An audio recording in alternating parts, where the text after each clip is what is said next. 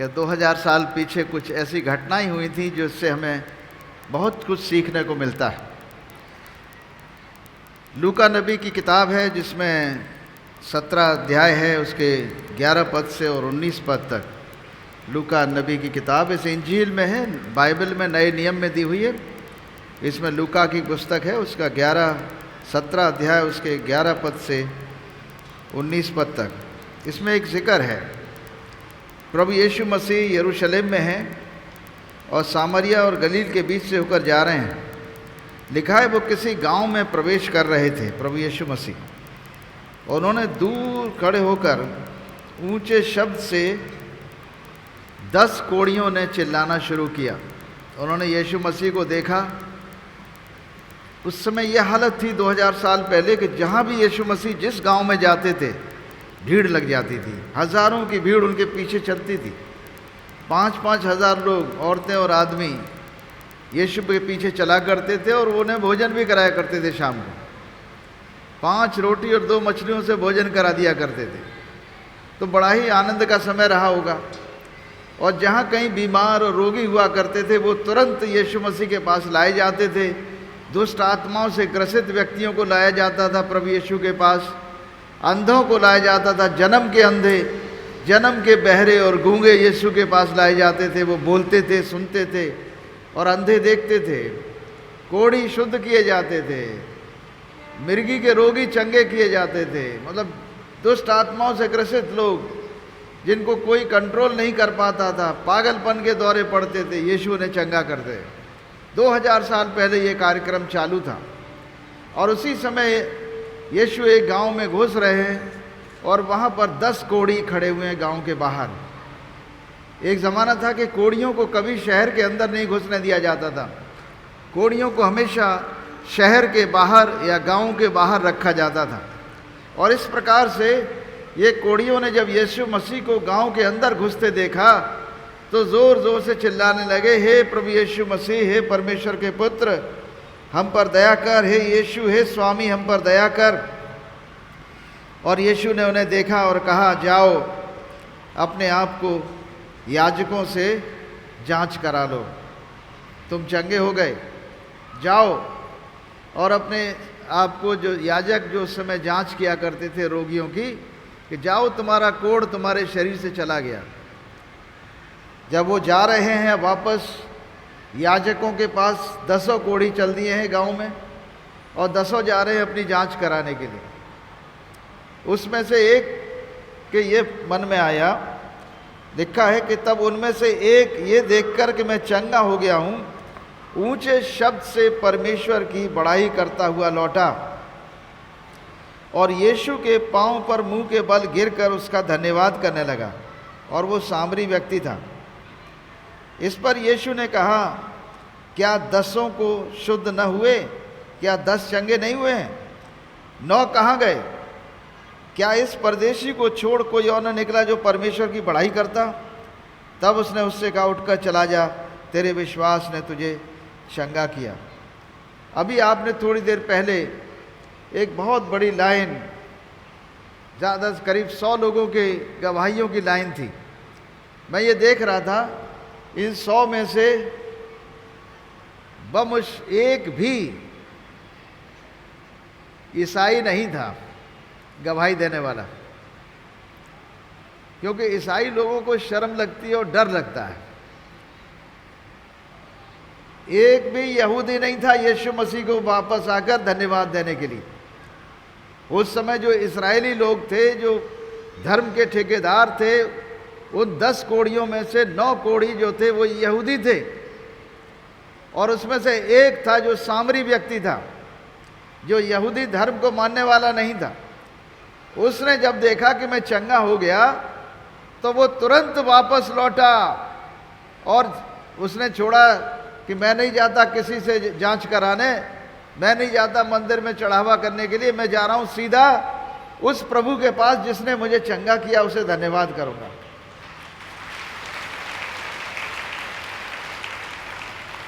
तो बाकी ईसाई 9 जो ईसाई थे, 9 ईसाई लौट गए अपने अपने चर्च में, अपने अपने पादरी, अपने अपने बिशप को ब्लेसिंग लेने के लिए।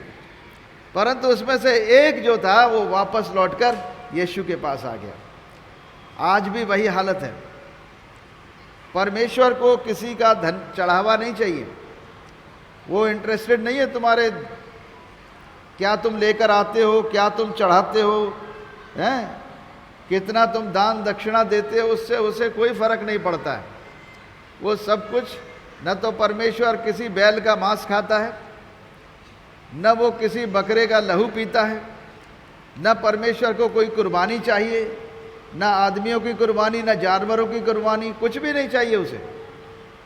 भजन संहिता में 50वें अध्याय में सच्ची आराधना के बारे में जिक्र है। इसमें लिखा है कि परमेश्वर कहता है मैं तुझ पर तेरे मेल बलियों और के विषय दोष नहीं लगाता है इज़राइल। तेरे होम बलि नित्य मेरे सामने चढ़ते हैं। मैं न तो तेरे घर से बैल और न तेरे पशुशाला से बकरे लूँगा, क्योंकि वन के सारे जीव जंतु और हजारों पहाड़ों के जानवर मेरे ही हैं। पहाड़ों के सब पक्षियों को मैं जानता हूँ, मैदान में चलने वाले जानवरों मेरे ही हैं। यदि मैं भूखा होता, परमेश्वर कह रहा, यदि मैं भूखा होता तो तुझसे नहीं कहता कि मेरे लिए बकरे को काट दे या मेरे लिए बैल को काट के मेरे लिए चढ़ावा चढ़ा दे। मैं तुझसे नहीं पूछता, क्या ज़रूरत थी मुझे पूछने की, मैं तो सबका मालिक हूँ। सारे जानवर मेरे हैं, सारे पशु पक्षी मेरे हैं, तुझसे पूछ कर खाने की ज़रूरत नहीं है मुझे।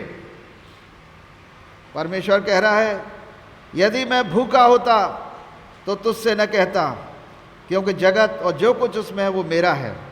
क्या मैं बैल का मांस खाऊं या बकरों का लहू पीऊं? परमेश्वर कह रहा है मुझे दोनों कुछ नहीं चाहिए, न तो बैल का मांस चाहिए न बकरे का लहू चाहिए। अगर मुझे चाहिए तो क्या चाहिए? परमेश्वर को धन्यवाद ही का बलिदान चढ़ा और परम प्रधान के लिए अपनी मन्नतें पूरी कर। परमेश्वर को धन्यवाद का बलिदान चढ़ा।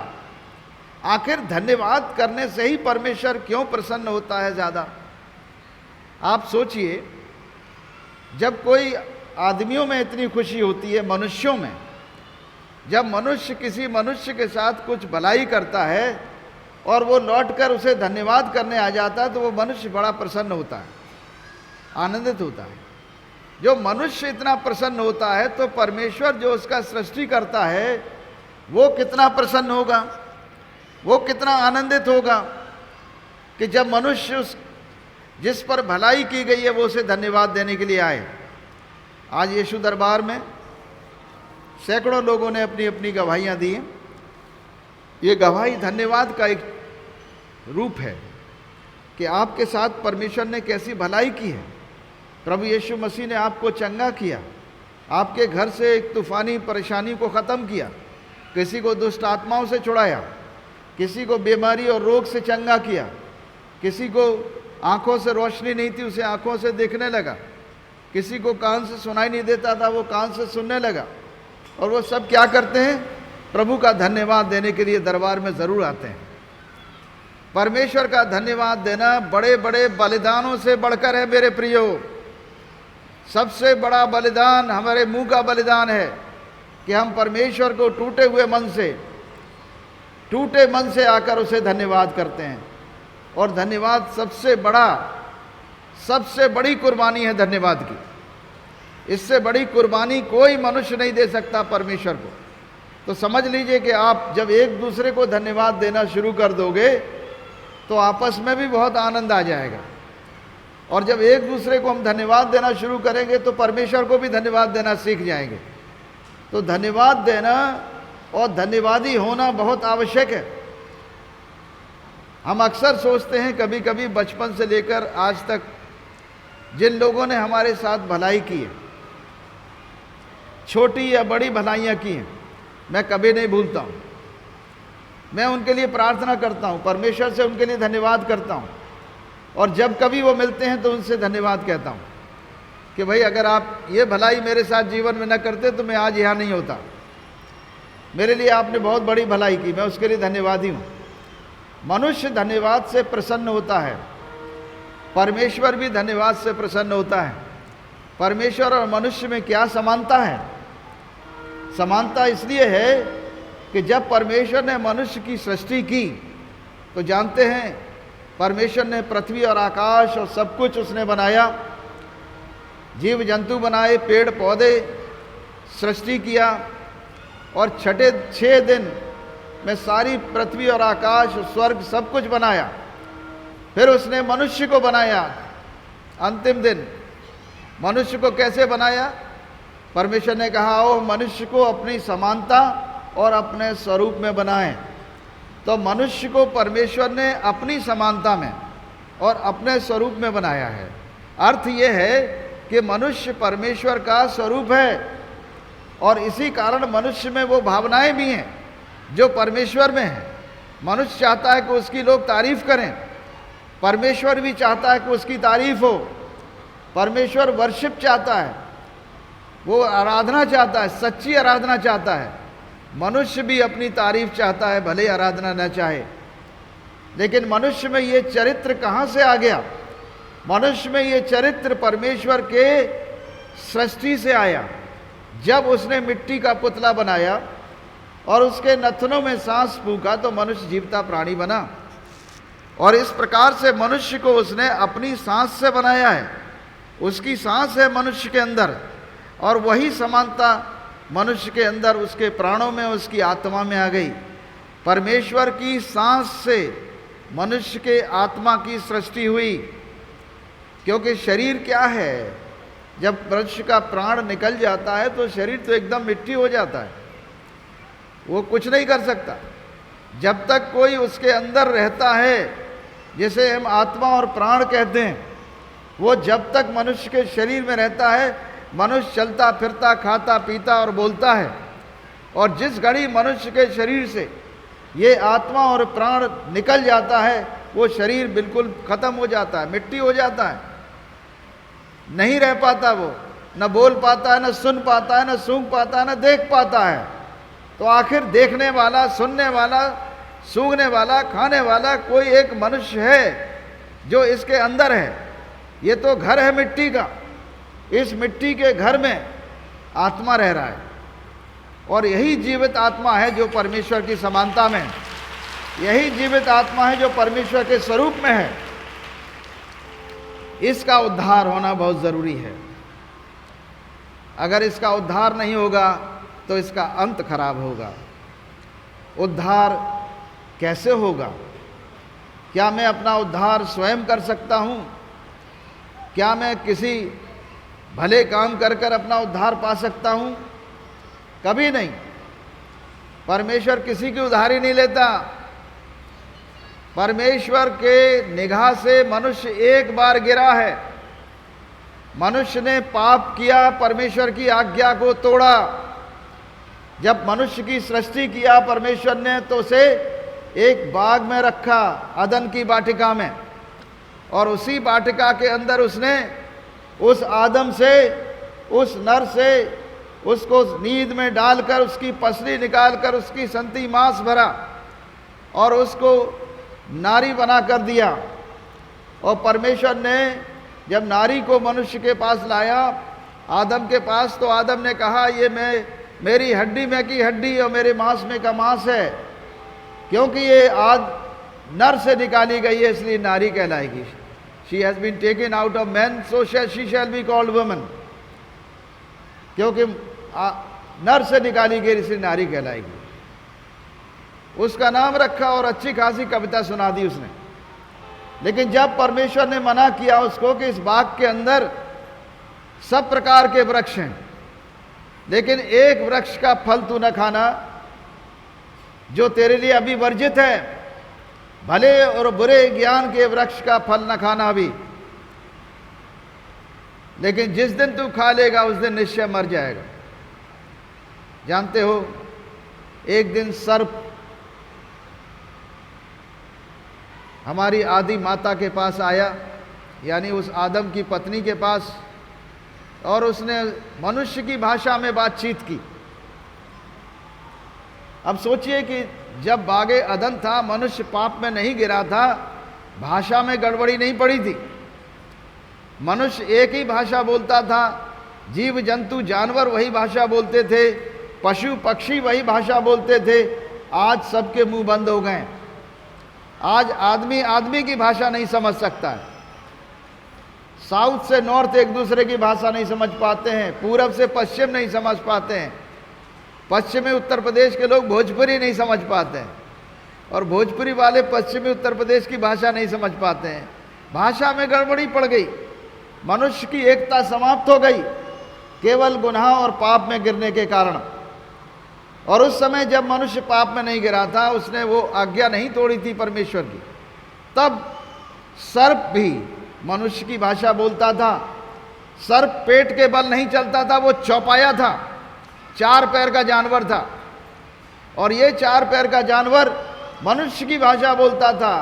अब सर्प के अंदर शैतान समा गया, यानी दुष्ट आत्मा जो सर्प के अंदर समा गई, और दुष्ट आत्मा उस सर्प के अंदर समाई थी, उसने मनुष्य को भरमाया, उसने नारी को भरमाया और कहा, देख क्या परमेश्वर ने तुझसे सब फल खाने को मना किया है? उसने कहा, नहीं, परमेश्वर ने हमें केवल एक वृक्ष के फल खाने को मना किया है। कहा कि उसको छूना भी मत, नहीं तो निश्चय मर जाओगे। शैतान ने, यानी जो सर्प के अंदर दुष्ट आत्मा थी, उसने कहा, नहीं, ऐसा नहीं है, परमेश्वर कहता है कि तू नहीं मरेगी, तू परमेश्वर के समान हो जाओगे। अगर तुमने खा लिया वो फल तो तुम भले और बुरे का ज्ञान प्राप्त करके परमेश्वर के समान हो जाओगे, तुल्य हो जाओगे। उसे फल अच्छा लगा, सलाह भी अच्छी लगी, फल तोड़ा, खुद खाया और अपने आदमी को भी खिला दिया। जब आदि माता के आदमी ने खाया तो दोनों के अंदर से परमेश्वर की महिमा हट गई, यानी जो परमेश्वर की ग्लोरी थी, जो कपड़े थे महिमा के, वो हट गए और वो अपने आप को नग्न महसूस करने लगे, नंगे हो गए। तुरंत भागे झाड़ियों में और उन्होंने अंजीर के वृक्ष के पत्तों से कपड़े सिले और अपने पहने। और शाम के वक्त जब परमेश्वर उनको देखने आता है तो पूछता है, हे आदम कहाँ है? आदम कहता है, मैं तो छुप गया तुझे देखकर, डर कर। क्यों छुप गया? कि मैं तो नंगा था। तुझे किसने बताया कि तू नंगा है? क्या तूने वो वर्जित फल खा लिया? आदम कहता है, हाँ प्रभु, मैंने वर्जित फल खा लिया, क्योंकि वो जो तूने पत्नी दी थी जिसका नाम हव्वा है, उसी ने मुझे खिला दिया और मैंने खा लिया। मतलब जब माँ बाप शादियाँ कराते हैं, अरेंज मैरिज होती है, माता पिता सोच समझ के ब्याह कराते हैं लड़के लड़कियों का। अब जब बहू टेढ़ी मेढ़ी चलने लगी तो लड़का कहता है, हम क्या करें, तुम्ही ने तो शादी कराई थी। माता पिता पे दोष लगाने लगते हैं, और माता पिता पे दोष लगाना ये हमने वहीं से सीखा है, बागे अदन से, उस अदन की वाटिका से सीखा है। आदम ने सीधा परमेश्वर पर दोष लगा दिया और कहा, तुमने ही तो हमें ये नारी दी थी लाके, इसी ने हमको खिला दिया फल और हमने खा लिया, आपकी आज्ञा तोड़ दी।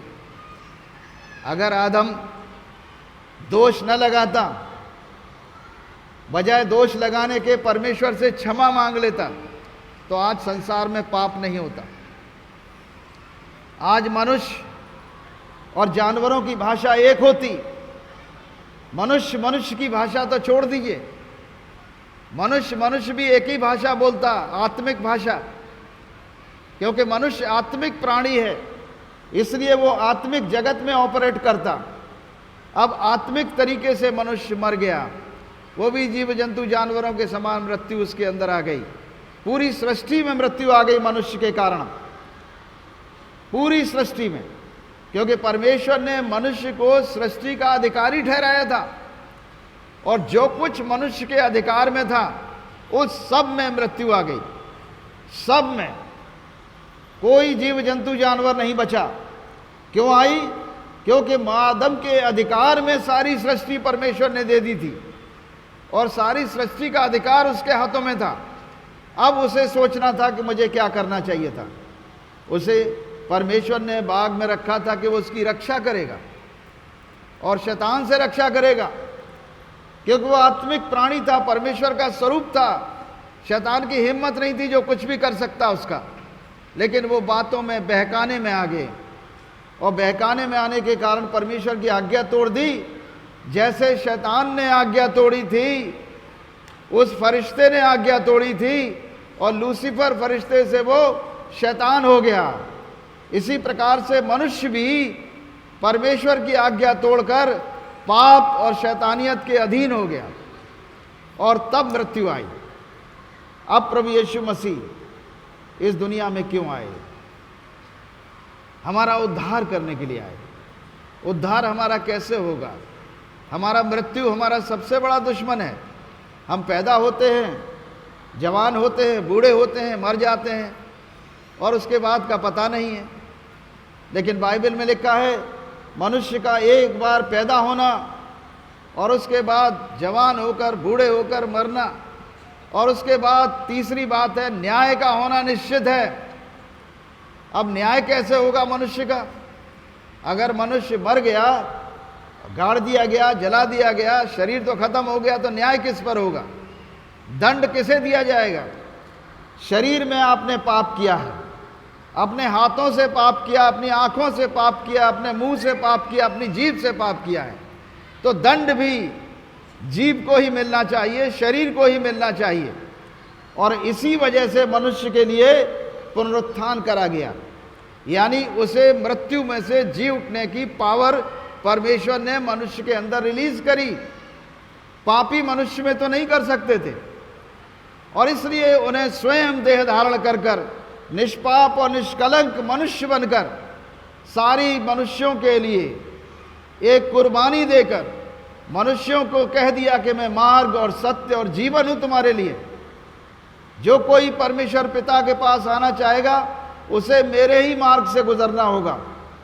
और यीशु ने क्या किया? एक कुआरी के द्वारा पवित्र आत्मा से प्रभु यीशु का जन्म हुआ, जवान हुए, उन्होंने कोई बुराई का काम नहीं किया, परमेश्वर के राज्य का प्रचार किया, अंधों की आंखें खोली, बहरों के कान खोले, गूंगे को जुबान दी, मुर्दों को जिंदा किया, कोढ़ियों को शुद्ध किया, दुष्ट आत्माओं को निकाला, और परमेश्वर के राज्य का प्रचार किया।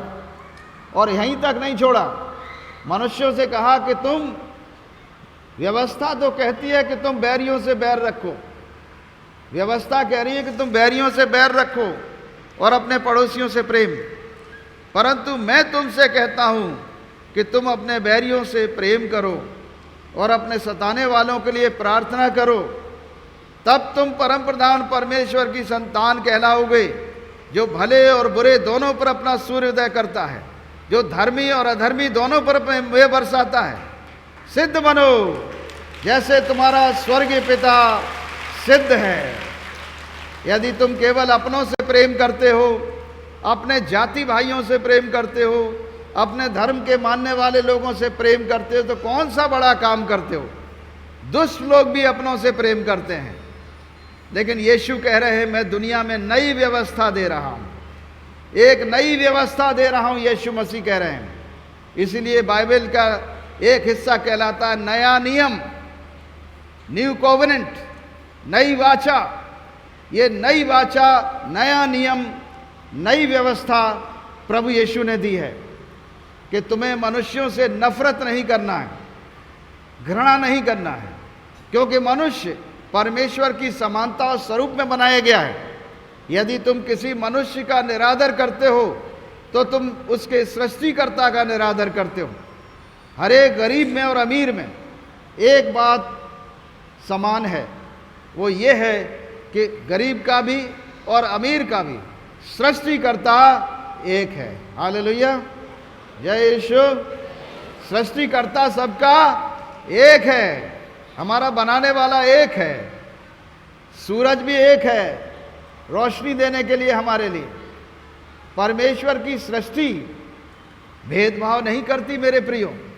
जब सूरज की रोशनी चमकती है, हिंदुस्तान, पाकिस्तान, अफगानिस्तान, चारों तरफ आसपास के देशों में हमारे समान रोशनी मिलती है। हमें पानी गिराता है, हमारे खेतों पे गिराता है, दुश्मनों के खेतों पे पानी गिराता है। वो भेदभाव उसकी सृष्टि नहीं कर रही है, तो सृष्टिकर्ता जो ईश्वर है वो हमारे साथ भेदभाव क्यों करेगा? और इसीलिए प्रभु यीशु मसीह कह रहे हैं तुम भी किसी के साथ भेदभाव मत करो। अगर तुम भेदभाव करोगे तो तुम सृष्टिकर्ता के साथ भेदभाव कर रहे हो। प्रभु यीशु मसीह ने, हम जानते हैं उनका जन्म पवित्र आत्मा के द्वारा हुआ, निष्पाप और निष्कलंक रहकर पृथ्वी पर मनुष्यों के पाप का दंड स्वयं अपने शरीर पर उठाया, पापियों के हाथों में दुख उठाया, जैसा लिखा था भविष्यवाणी में कि परमेश्वर का पुत्र मसीहा जगत में आएगा और दुख उठाकर परमेश्वर की महिमा में प्रवेश करेगा। वो अकेला प्रवेश नहीं करेगा, क्योंकि वो मनुष्य है, उसने देह धारण किया है और मनुष्य बना है, और मनुष्य बनकर सारी मानव जाति का एकमात्र पवित्र, निष्कलंक और निष्पाप प्रतिनिधि बन गया, ताकि परमेश्वर के सामने वो संपूर्ण मानव जाति के लिए पापों की क्षमा प्राप्त कर सके। क्योंकि पाप क्षमा करने का अधिकार केवल परमेश्वर पिता को है। वो उसने अपने पुत्र यीशु मसीह को दे दिया जब वो मनुष्य बन गया, और इस प्रकार से क्षमा की शक्ति, पाप की क्षमा की शक्ति जो मनुष्यों में नहीं थी वो मनुष्यों में आ गई। आज हम दया याचिका की बात करते हैं। मृत्युदंड जब मिलता है कचहरियों में, कोर्ट में, हाई कोर्ट में, सुप्रीम कोर्ट में, एक जगह फिर भी बचती है दया याचिका, जो देश के सर्वोच्च नागरिक और अधिकारी के पास जाती है। वो हमारे प्रेसिडेंट होते हैं, राष्ट्रपति होते हैं, या देश में कोई राजा है तो उस राजा के पास वो अपील जाती है। वो चाहता है दया याचिका को मान लेता है, और चाहता है तो दया याचिका को खारिज कर देता है, उस मनुष्य को मृत्युदंड मिल जाता है। ये दया याचिका की उत्पत्ति केवल 2000 साल पहले की है। प्रभु यीशु मसीह के राज्य, प्रभु यीशु मसीह के इस दुनिया में आने के बाद दया याचिका दुनिया में लागू हुई है, उससे पहले कभी नहीं थी। जिसको मृत्युदंड दे दिया गया वो मर गया, और ये दया याचिका की जो सिस्टम चला है केवल प्रभु यीशु मसीह की दया के द्वारा चला है। आज दुनिया में सब जगह इसका इस्तेमाल हो रहा है, क्योंकि भली बात है, ये भली चीज़ है। प्रभु यीशु मसीह ने यह दया याचिका कैसे बनाई? खुद क्रूस पर टंगे, हाथों में कीले हैं, पैरों में कीले हैं, सर पर कांटों का ताज है, पीठ लहू से बह रही है, 39 कोड़े लगे हैं पीठ पर, और प्रार्थना कर रहे हैं, हे पिता इन्हें क्षमा कर, ये नहीं जानते क्या कर रहे हैं। पूरी दुनिया के लिए क्षमा मांग रहे हैं, और उन लोगों के लिए भी क्षमा मांग रहे हैं जो उनके हाथों में कीले ठोक रहे। मतलब यह है कि यीशु मसीह अपने मिशन में कामयाब हो गए। उनका मिशन था दुनिया के लिए माफी लेना।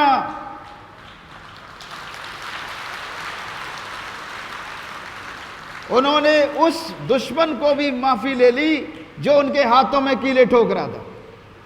उस दुश्मन के लिए भी माफी उन्होंने ले ली। उससे ज्यादा बढ़कर कुछ नहीं हो सकता। तो हम एक दूसरे को भी माफ करने की शक्ति प्रभु यीशु मसीह से प्राप्त करते हैं, और जब माफ करना सीख जाएंगे तो जीना सीख जाएंगे। दोष लगाना बंद कर देंगे तो देश में शांति आ जाएगी। इस दुनिया में अशांति का कारण केवल दोष लगाना है। अगर किसी घर को झांक कर देखोगे, अगर किसी पति और पत्नी में झगड़े होते हैं तो पति या तो पत्नी पर दोष लगाता है या पत्नी पति पर दोष लगाती है। ये कार्यक्रम जिंदगी भर चलता रहता है और झगड़ा रोज होता है। लेकिन जिस दिन वो दोष लगाना बंद कर देते हैं एक दूसरे पर, उनके घर में शांति आ जाती है। अगर दोष लगाना पत्नी पति पर बंद कर दे तो क्या अशांति होगी घर में? कभी अशांति नहीं होगी। जब घर में शांति होगी तो पड़ोस में भी शांति हो जाएगी, क्योंकि तुम्हारी प्रवृत्ति बदल जाएगी। पड़ोस को भी दोष नहीं लगाओगे। जब पड़ोसी को दोष नहीं लगाओगे तो पड़ोस के मोहल्ले में भी शांति हो जाएगी। जब पड़ोस के मोहल्ले में शांति हो जाएगी, पूरे गांव में शांति हो जाएगी। जब पूरे गांव में शांति हो जाएगी तो पूरे शहर में हो जाएगी, जब पूरे शहर में शांति हो जाएगी पूरे प्रदेश में हो जाएगी, और पूरे प्रदेश में शांति हो जाएगी पूरे देश में हो जाएगी। इससे बड़ी चीज़ और हो क्या सकती है। हमें दोष लगाना बंद करना चाहिए। आप देखिए, जब इलेक्शन का समय होता है तो वायदे करते हैं लोग, मैनिफेस्टो बनाती हैं पार्टियां। हर पार्टी बहुत अच्छे अच्छे वायदे करती हैं और अच्छी बात है, और वायदों को पूरा करने की वो 5 साल कोशिश करते हैं। लेकिन जो सबसे बड़ी कमी है हमारे देश में, एक पार्टी दूसरी पार्टी पर दोष लगाती है।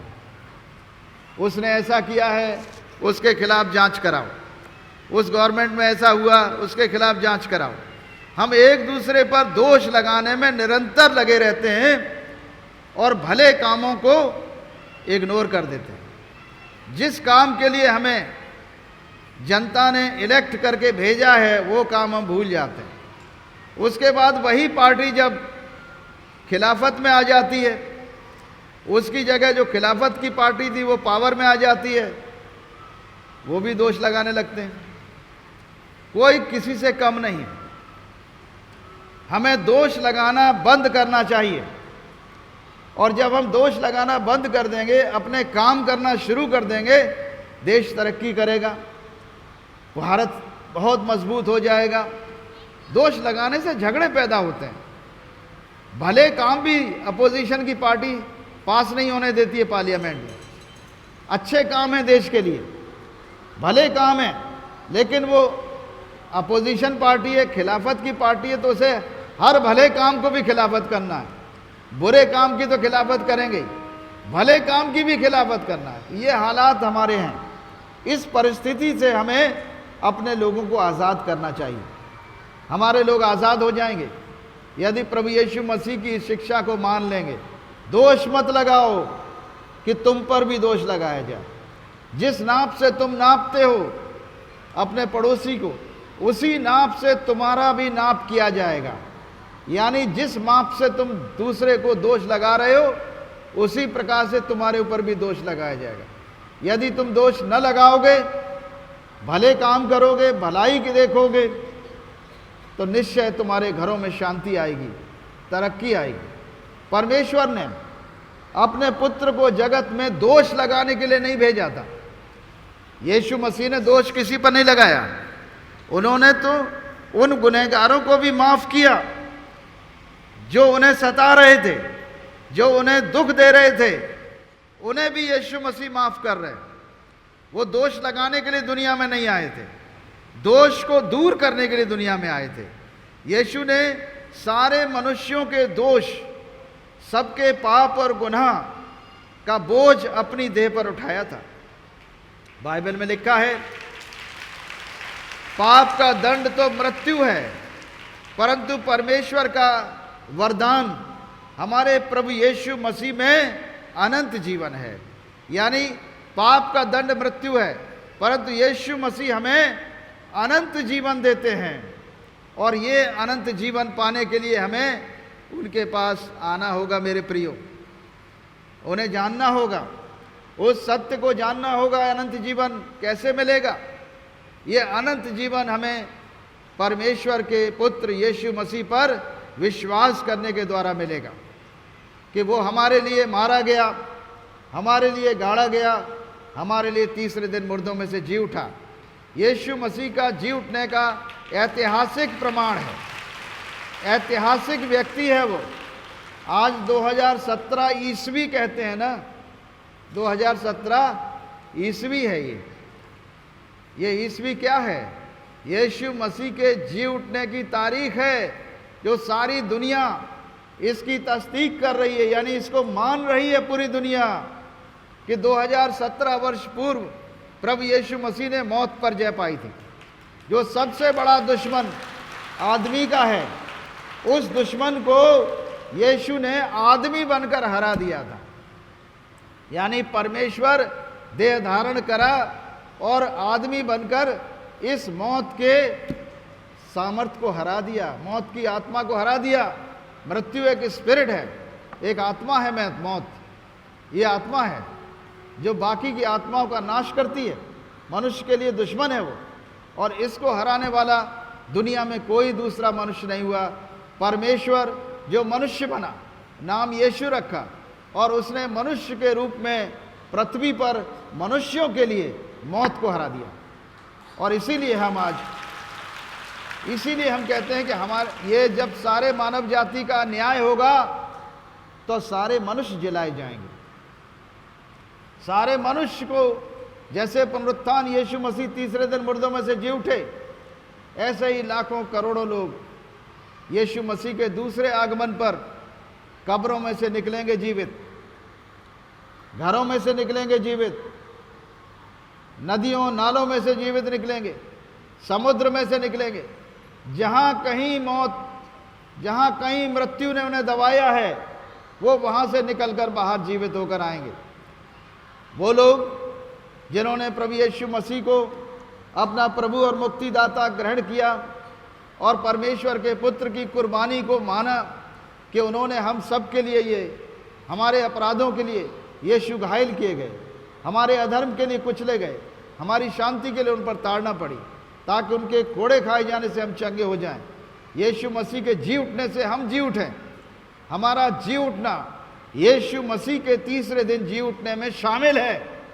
और इसीलिए मेरे प्रियो, मसीही विश्वासी कभी नहीं मरता। यीशु मसीह में हम सदा जीवित रहते हैं। हमारा जीवन अनंत काल का हो चुका है। हम अनंत जीवन में प्रवेश कर चुके हैं। हम मृत्यु से जीवन में प्रवेश कर चुके हैं। जिस घड़ी हमने विश्वास किया, यीशु मसीह को अपना प्रभु और अपना मुक्तिदाता हमने ग्रहण किया, उसी घड़ी हम अनंत जीवन में प्रवेश कर जाते हैं। और निश्चय वो अनंत जीवन जो यीशु ने हमें दे दिया है, ये हमसे छीना नहीं जाएगा, हमसे कोई नहीं छीन सकता। जब हम प्रभु यीशु के दूसरे आगमन पर अगर मर भी जाएंगे तो पृथ्वी में से निकल कर आएंगे, और निकल कर जब आएंगे तो हम अनंत काल के लिए रहने के लिए आएंगे प्रभु के साथ, अनंत जीवन में रहने के लिए आएंगे, परमेश्वर के राज्य में रहने के लिए आएंगे। और परमेश्वर का राज्य स्थापित होगा पृथ्वी पर, और परमेश्वर के राज्य का राजा एक ही होगा, जिसका नाम है प्रभु यीशु मसीह। हालेलुया। ये परमेश्वर के राज्य का राजा होगा, और उसके राज्य में शांति का अंत न होगा, परम शांति होगी, पूरी दुनिया में शांति होगी। और उस समय वो दंड भी देगा उन फरिश्तों को जिन्होंने सारी दुनिया को तबाह कर रखा है, उन शैतानी शक्तियों को, उन दुष्ट आत्माओं को जिन्होंने संसार में मनुष्यों का जीवन नरक कर रखा है, और उन मनुष्यों को भी जिन्होंने अविश्वास के कारण प्रभु पर विश्वास नहीं किया। वो सब उस आग की झील में डाले जाएंगे जो शैतान और उसके फरिश्तों के लिए तैयार की गई है। परंतु मनुष्य के लिए परमेश्वर ने स्वर्ग राज्य ठहराया।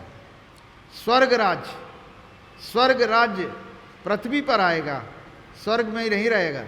स्वर्ग राज्य पृथ्वी पर होगा, और मनुष्य स्वर्ग के समान पृथ्वी पर आनंदित और शांति से रहेगा। क्या उस राज्य को आप चाहते हो कि नहीं? वो राज्य चाहते हैं हम, स्वर्ग राज्य चाहते हैं पृथ्वी पर आए। तो ये प्रभु ने प्रार्थना बताई है, हमारे साथ साथ करिए। खड़े हो जाएंगे सब अपने स्थानों पर। बोलिए, हे पिता,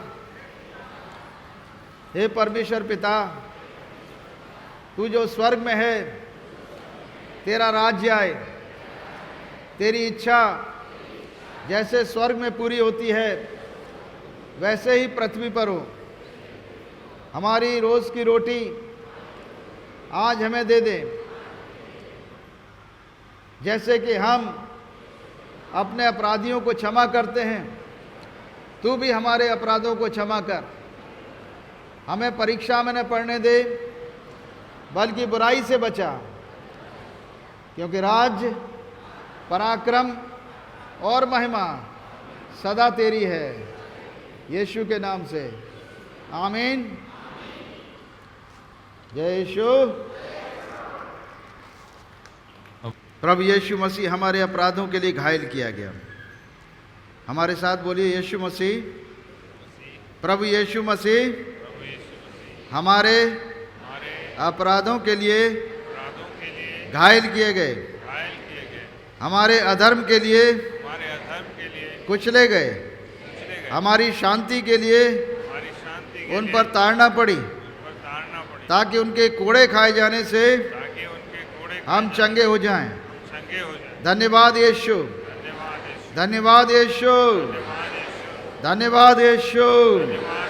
प्रभु यीशु मसीह के नाम से मैं आंखों में रोशनी बोलता हूं। जो आंखों में रोशनी नहीं है, आंखों से दिखने लगे, अंधी आंखें खुल जाएं, बहरे कान यीशु नासरी के नाम से खुल जाएं, गूंगी जुबान यीशु के नाम से खुल जाए। प्रभु का वचन मत्ती 18:18 कहता है, जो कुछ पृथ्वी पर बांधोगे स्वर्ग में बांध दिया जाएगा, जो कुछ पृथ्वी पर खोलोगे स्वर्ग में खोल दिया जाएगा। प्रभु परमेश्वर के पुत्र यीशु नासरी के नाम से मैं हर एक दुष्ट आत्मा की शक्तियों को, बीमारी और रोगी शक्तियों को, दुर्बलता की आत्माओं को बांध देता हूँ और आज्ञा देता हूँ इन्हें अथाह कुंड में फेंक दिया जाए। हर एक कैंसर की रोगी आत्मा को श्रापित करता हूँ, जड़ से सूख जा।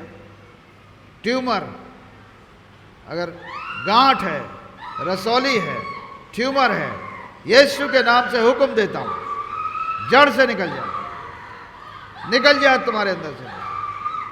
हर एक ट्यूमर, रसौली और गांठ, पथरी गॉल ब्लैडर में है, किडनी में पथरी है, यीशु नासरी के नाम से मैं आज्ञा देता हूँ, पथरी घुल जाए और तुम्हारे शरीर से निकल जाए। प्रभु का वचन कहता है, पहाड़ से कह दो उखड़ कर समुद्र में जा गिरे, वो तुम्हारी सुनेगा। यीशु के नाम से हर एक दुष्ट आत्माओं पर अधिकार लेता हूं। यीशु का वचन कहता है, मैंने तुम्हें सांपों और बिच्छुओं को रौंदने का और शत्रु की सारी सामर्थ पर अधिकार दिया, किसी वस्तु से तुम्हारी हानि न होगी। यीशु नासरी के नाम से शैतान की सारी शक्तियों को अपने पैरों तले हम कुचलते हैं। हर एक डायबिटीज, हृदय रोग, प्रभु यीशु के नाम से चंगा हो जाए। ये श्राप आपके जीवन से निकल जाए इसी घड़ी। भैया थैंक यू जीसस, धन्यवाद यीशु, धन्यवाद यीशु, धन्यवाद यीशु।